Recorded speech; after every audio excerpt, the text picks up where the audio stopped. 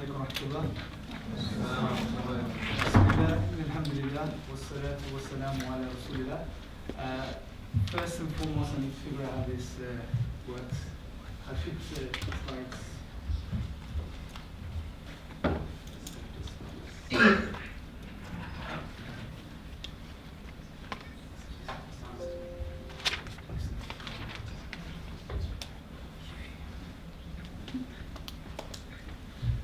Okay, Salam Rahmatullah once again. Sorry. Okay, how's everyone doing? Good? Alhamdulillah. Okay, brilliant. We're going to be touching upon a very interesting topic tonight, right? Is the Quran God's word?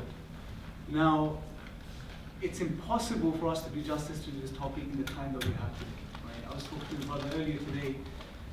When it comes to the Quran and especially its miracles and its signs, there are so many and so numerous in number that it's very hard to get them across in a short 20, 30, 40-minute talk. That being said, what I want to do tonight, inshallah, is to share some thoughts with you guys and share some reflections and share some things that will be very practical as well, especially when we're trying to communicate the miracle of the Quran to a non-Muslim audience in particular, right? We're trying to communicate and share that the Quran is indeed a miracle, is indeed a clear sign from the creator of the heavens and the earth.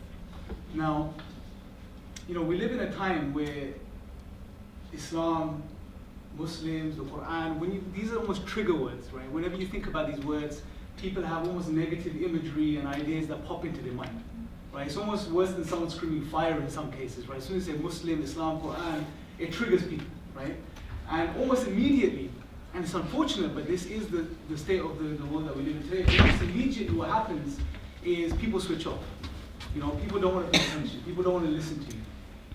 So, we have a very challenging task ahead when it comes to the da'wah, when it comes to conveying the message of Islam and sharing the message of Islam with humanity.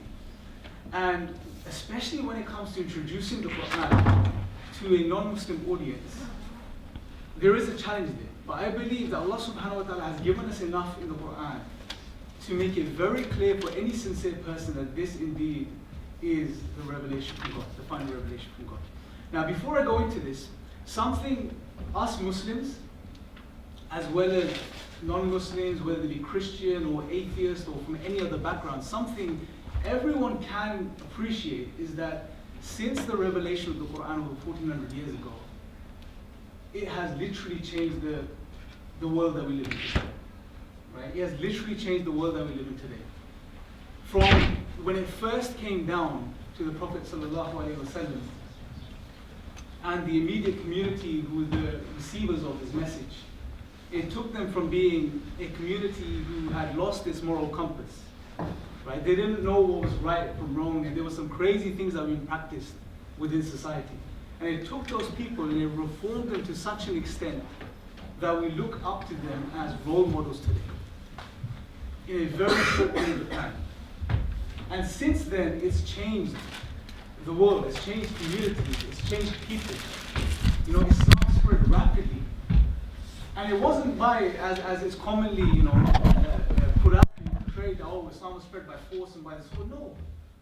It was through the teachings of the Quran, through the reform that it brought to humanity when the Muslims traveled to different parts of the earth and did business, communicated with others, showed that high level of moral character. They shared the message of the Quran. People realized that there's something here which is in line with our human nature. There's something here that it reforms people. It gives honor to people. And people adopted it. Even if we come way further on, hundreds of years later, thousands of years later, not thousands, hundreds of years later, right? Or just over 1,000. Close to the time of the scientific revolution which took place in the 15th, 16th, 17th, and 18th centuries. Again, some of the history that we're not told when it comes to these things is that the Muslims had a huge role to play in this revolution. Where in Islamic Spain you had progress and you had some amazing developments in science and mathematics and biology and all of these disciplines, the rest of Europe was in the Dark Ages. It was only when people from Europe went over to the Muslim world and they sat with the scholar, and by the scholars, by the way, and The interesting thing is that Islam allowed for a society which people could come together and they could study together and they could learn from each other and develop. So they studied, they learned the Arabic language. You know, they took the knowledge and brought it back to the rest of Europe. And from there, one thing led to another. You had the development of universities and X, Y, and Z, and the rest is history. Right? Again, things that we're not told. We hear all of the supposed negative things, but the positive things, the way the Quran, because think about the Muslims in Islamic Spain. What was their bedrock? What was all of their outlook on life based upon? It was the Quran. Iqra bismi rabbika alladhi khalaq. Allah's very first words, 5 words.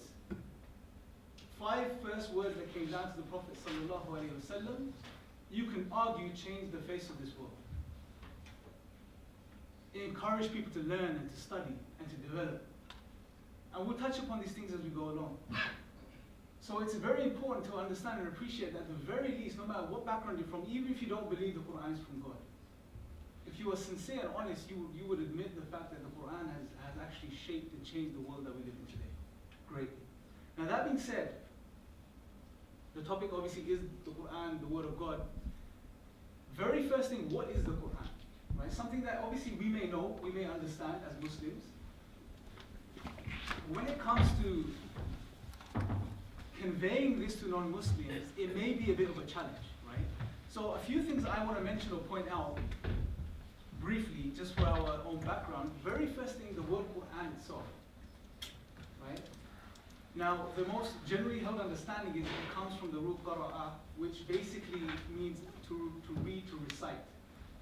And Quran is the masdar, it's the verbal noun that comes from this root, and it means the recital, the reading, right? And we believe as Muslims, the Quran is the final revelation. It's not the first revelation, it's not the only revelation, it's the final revelation from the creator of the heavens and the earth. Right? It's the final revelation. Something very interesting. It's, you know, human beings, we spend millions and millions of dollars and pounds, whichever way you want to look at it, almost every single year, trying to see if we can find a signal from outer space. You know, you have organizations such as SETI and so on and so forth, which have set up these huge radio telescopes trying to receive a signal from outer space, and millions of dollars and pounds have been spent on this. Because it's this just inquisitive nature of the human being to make contact with maybe another creature, another civilization that may be living out there somewhere in the universe.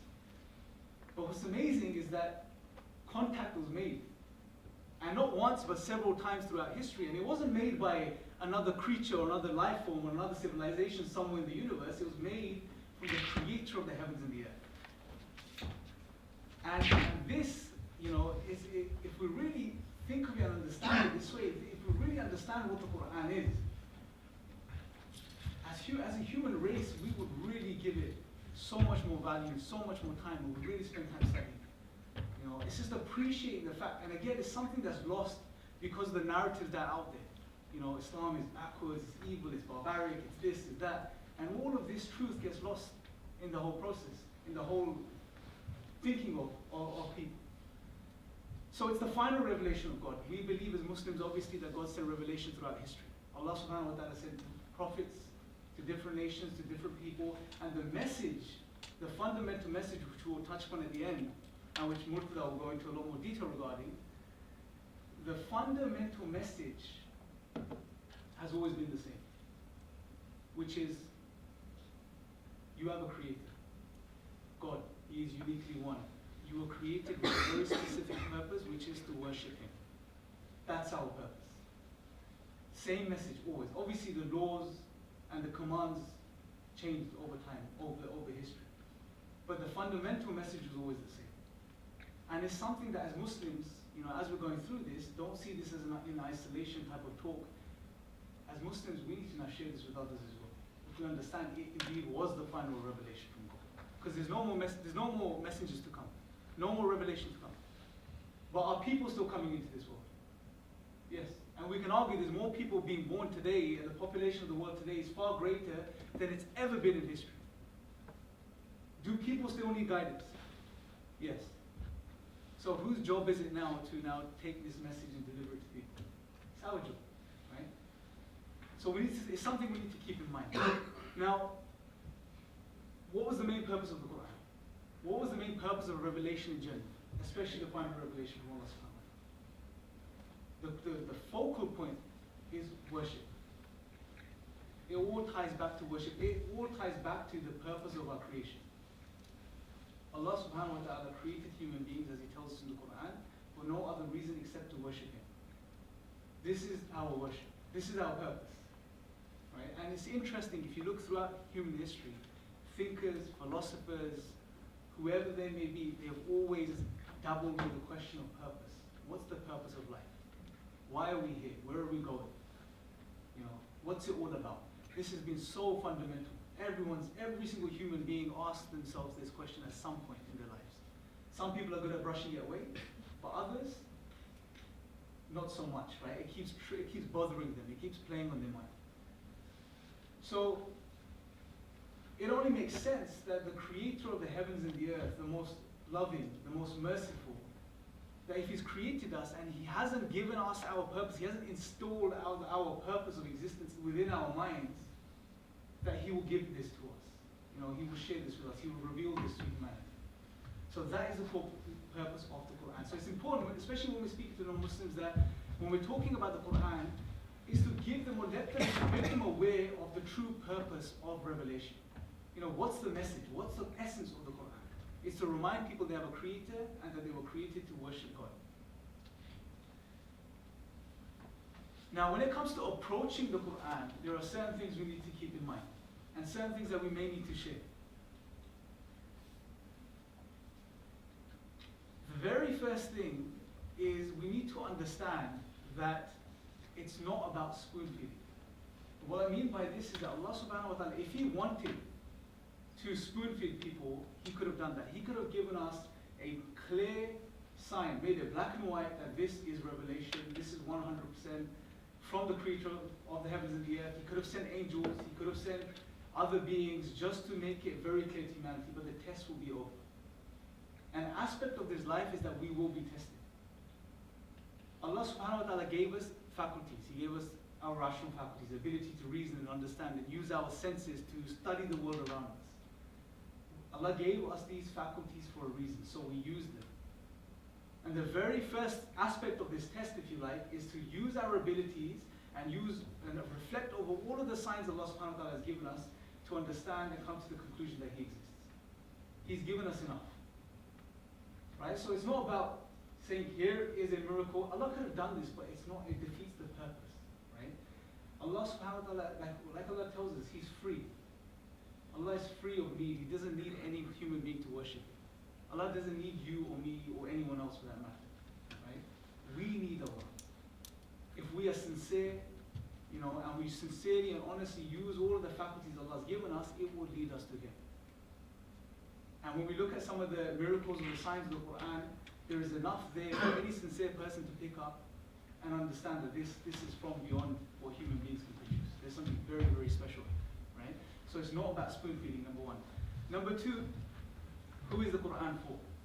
Now, generally, if you look at what the scholars say regarding this, number one, Allah subhanahu wa ta'ala tells in the Qur'an that the Qur'an is for humanity in general. It's guidance for humanity, right? But specifically, Allah subhanahu wa ta'ala gives us a little bit of an insight into who the Qur'an is truly going to benefit and act as a source of guidance for in the beginning of Surah Al-Baqarah. Right? Allah subhanahu wa ta'ala says, Alif Lam Mim, ذَلِكَ الْكِتَابُ لَا رَيْبَ فِيهِ هُدًى لِلْمُتَّقِينَ. This is a book. There is absolutely no doubt in it that this is from Allah. There is no doubt in it. There is no doubt in this fact. But specifically, it's a guidance for who? A guidance for people of taqwa. Now, the word taqwa is very interesting. Right? It's translated in many ways. The fear of God, God consciousness, being mindful of God, you know, living in a way where you're conscious and you don't want to upset God or do something that will go against the guidance of God Himself. Right? Is living with consciousness and awareness of your Creator. And it's very interesting that Allah subhanahu wa ta'ala here specifically says that the Qur'an is guidance for people of taqwa. One thing to reflect upon here is that this taqwa, some element of this taqwa has to be already there. Right? And this ties back, I believe, to the fitrah, that nature that human beings were created upon. And we know from our tradition that Allah subhanahu wa ta'ala created every single human being upon the fitrah.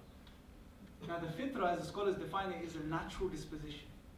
Meaning it's that first nature that Allah created every single human being upon. And there's certain things about this nature, and it's not the topic of this discussion, but it's good to understand this because it will link back to some of the things we covered. But an aspect of the fitrah is to recognize our Creator. That knowledge of Allah is already implanted within human nature. Ibn Taymiyyah, for example, mentioned that not only the knowledge of Allah, but that He deserves worship is already there within human nature. And other scholars commented on this and gave other insights into this. But something to understand is that nature is already there, the fitrah is already there. Right? And what's very interesting is that many people are on different levels. The fitrah may be covered. Right? So for example, the Prophet ﷺ, in a narration, he said that every child is born upon the fitrah, but it's his parents that make him a Jew or a Christian or Magian or Magi. Right? Interestingly, some of the scholars, when they commented on this narration, they said that it's interesting the Prophet ﷺ doesn't say or a Muslim. Because Islam is assumed within the fitrah. The pure nature is to recognize that there is one God and that He deserves worship. But his society, his upbringing, his parents, his whatever's going on in his life, it covers that truth that lies within every single human being. Hence, we know the Qur'an is referred to as the reminder as well. Something to think about. What do you remind someone of? You don't remind people of something that they don't know, right? You remind someone of something that they already know, but they may have forgotten, right? So the Qur'an is specifically, the people that are truly going to be guided by it or find guidance in it are those who want to be guided. Those who, to some extent, to some level, are aware of that eternal reality that there is a Creator, there is a God. Right? There is something else going on. And we see this is true. Most people that become Muslim or accept Islam are people who are honest and sincere and genuine, and they're genuinely inquiring about life. What's the purpose of life? Why am I here? What's it all about? Those that don't want guidance, you can literally, Allah could put angels in front of them, they will still deny it. Allah tells us this in the Quran. Even if Allah opened up a doorway for them that traversed into the sky and decide to climb through it, they will think that it's magic. Right? They will deny it. If someone wants to deny the truth, they're going to deny no matter what you present them with. Right? So this is my earlier point as well, which is that it's not about spoon feeding. Allah's given us enough that if someone is sincere and sincerely and genuinely reflects, when he studies the Quran, he looks at the miracles and the signs of the Quran, he would understand that this is from God. Now, that being said, a few of the things that I want to mention today, a few of the things I want to cover today regarding the miracles or the signs of the Quran is number one, the Quranic challenge. Number two, the coherence of the Quran. Number three, the historical accuracy of the Quran. And number four, the fact that the Quran, the message of the Quran is in line with human nature. I'm going to briefly be touching upon these. I'm not going to be going into detail because if we start going into detail regarding these things, we'll be here probably all night. Right? However, a really good book as a reference to read is the book that we published. It's called The Eternal Challenge. If you go to the IRA website, IERA.org, IERA.org, you can get, I believe you can get it for free. You just have to pay for the shipping and you can get the book shipped out to you. It covers most of these things in a lot more detail, right?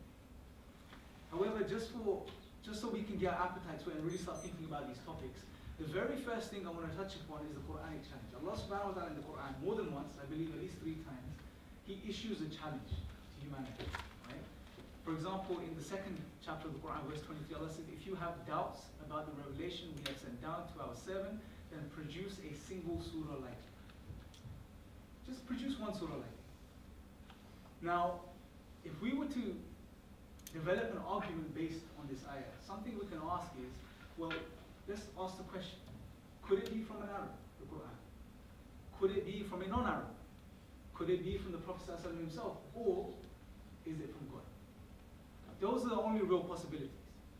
Right? When it comes to the Quran, these are the only real 4 possibilities. I've outlined 3, but the 4th one is naturally assumed once you go through these 3. Now, when you go back, if you go back just in our minds to the time of revelation, something interesting about the Arab society at the time was that they weren't known for much. Right? You had superpowers that surrounded them. They couldn't care less about it. Right? They were just busy occupying other parts of the world, conquering other parts of the world. They weren't interested in the Arab society at the time. They considered them desert dwellers, sheep herders, that's it.